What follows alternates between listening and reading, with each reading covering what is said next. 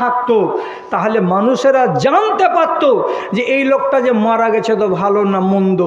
দুনিয়ার মানুষ জানে যে কিফিল বদমাস, তবুও লোকেরা দেখতে এসেছে, দেখতো রে কিফিল মারা গেছে, কি খবর রান্না খবর।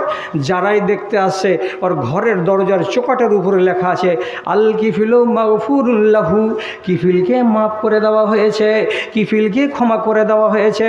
কিফিল যত পাপ করেছিল ওইগুলো পাপ সব আল্লাহ রাব্বুল আলামিন মার্জনা করে দিয়েছেন। কথাটা যখন ঘোষণা দেখতে পেল এটা আসমানি ফায়সালা, লোকেরা তাকে ওখান থেকে নিয়ে গেল, ধুয়ে কাফন পরিয়ে সম্মানের সাথে তাকে সমাহিত করলো, তাকে কবরে দিয়ে এলো।